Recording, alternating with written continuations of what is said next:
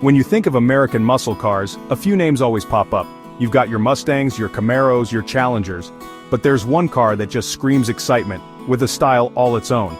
I'm talking about the Pontiac Trans Am. What a machine. This car wasn't just about getting from point A to point B, it was about the experience. It had the looks, it had the power, and it had a personality that was bigger than life. For decades, it was the dream car for so many people, a symbol of freedom and pure, unfiltered American horsepower. It was a true icon on the open road. The story really starts back in 1967 with the Pontiac Firebird. Now General Motors had a hit on their hands with the Chevrolet Camaro, and they wanted another car to share that success. So they used the same platform, the F-body, to create the Firebird. Think of them as cousins. They shared a lot of the same bones, but Pontiac made sure their car had its own unique flavor. The Firebird had a different front end, a split grille that was a Pontiac signature, and its own set of powerful engines. It was a fantastic start, setting the stage for something even more special to come. Pontiac really leaned into its branding, which had a cool connection to Native American culture. The name Pontiac itself comes from an Ottawa chief, and they used that theme for their cars. You'd see names like Bonneville and Catalina. The Firebird emblem itself was inspired by a mythical bird, a powerful symbol of fire and rebirth.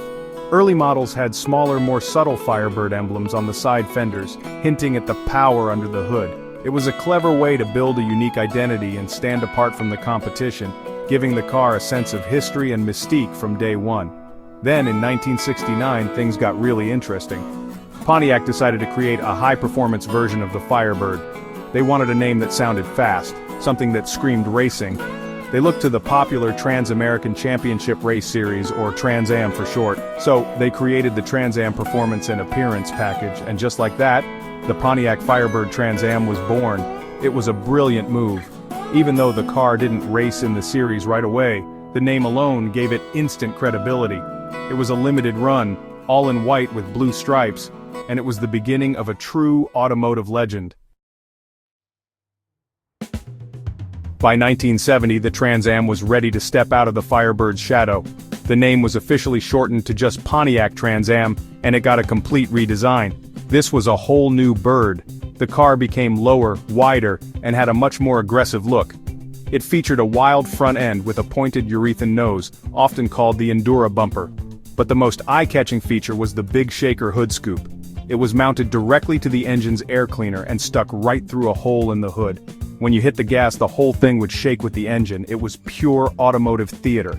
This new generation of Trans Am also introduced one of the most famous graphics in car history. I'm talking, of course, about the giant Firebird decal that covered the entire hood.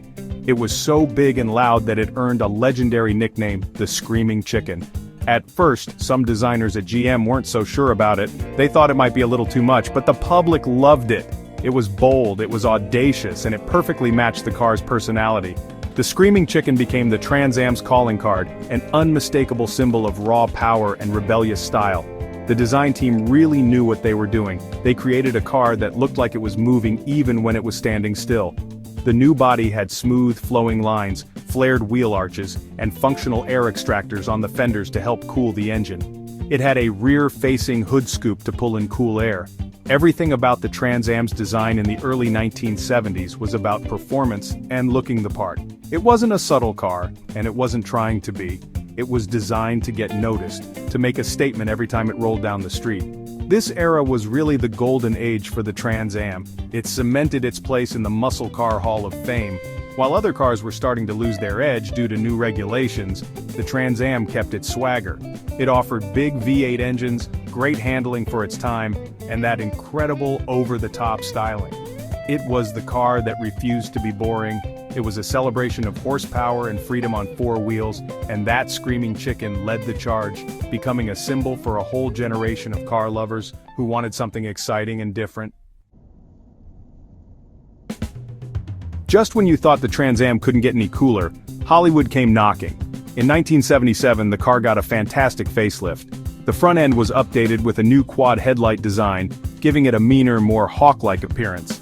And this was the car that director Hal Needham chose for his new movie, Smokey and the Bandit. He picked a black and gold special edition Trans Am, and it became a co-star alongside Burt Reynolds. The movie was a massive hit, and suddenly everyone wanted a black Trans Am. Sales went through the roof. It was the ultimate product placement. The movie turned the Trans Am from a muscle car into a cultural phenomenon. It wasn't just a car anymore, it was a symbol of fun, rebellion, and outrunning the law with a smile on your face. The scenes of the Trans Am sliding around corners, jumping over bridges, and generally causing mayhem were burned into the minds of millions. People didn't just want to own a Trans Am, they wanted to live the adventure it represented. The Bandit Trans Am, with its T-tops, gold snowflake wheels, and that giant gold bird on the hood, became one of the most recognizable cars in the world. As the 1970s ended and the 1980s began, the Trans Am had to change with the times. The third generation, launched in 1982, was a complete departure. The body became sleeker, more aerodynamic, and had a huge glass hatchback.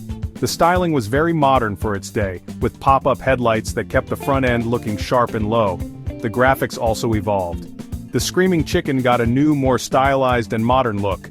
It was still a Firebird, but it was designed to fit the car's new high-tech image. It was a different kind of cool, but it was still unmistakably a Trans Am.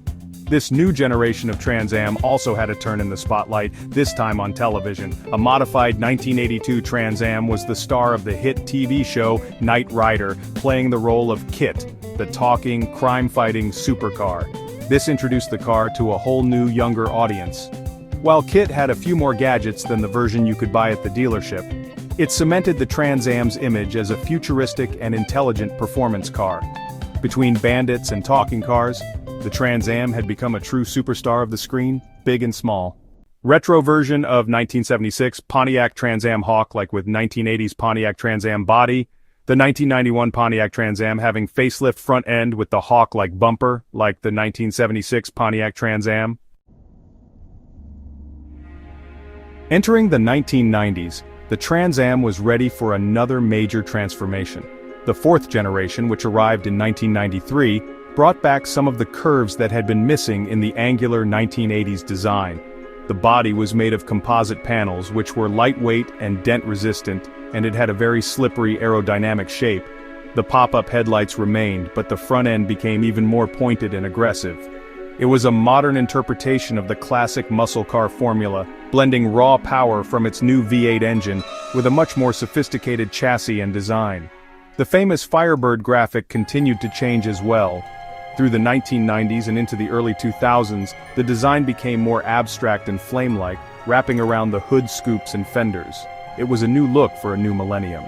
In 1998, the car received a final facelift, giving it a dramatic new front end with larger, more intricate headlights and integrated hood scoops that looked incredible.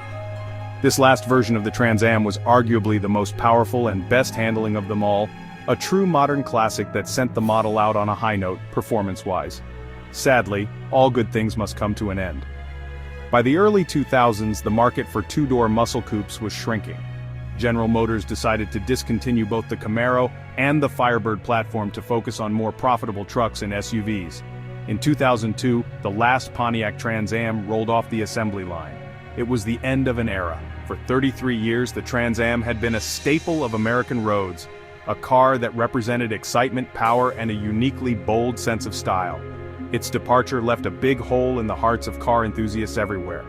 Even though it's been gone for over 2 decades, the legacy of the Pontiac Trans Am lives on. These cars are now prized collectibles, cherished by owners who keep the spirit alive at car shows and on weekend drives. From its racing-inspired beginnings and its Native American-themed roots to its fame as the Screaming Chicken and its stardom in Hollywood, the Trans Am carved out a unique and unforgettable place in automotive history. It was more than just metal, glass, and rubber. It was a legend, and legends never truly die. They just wait for the next generation to rediscover them.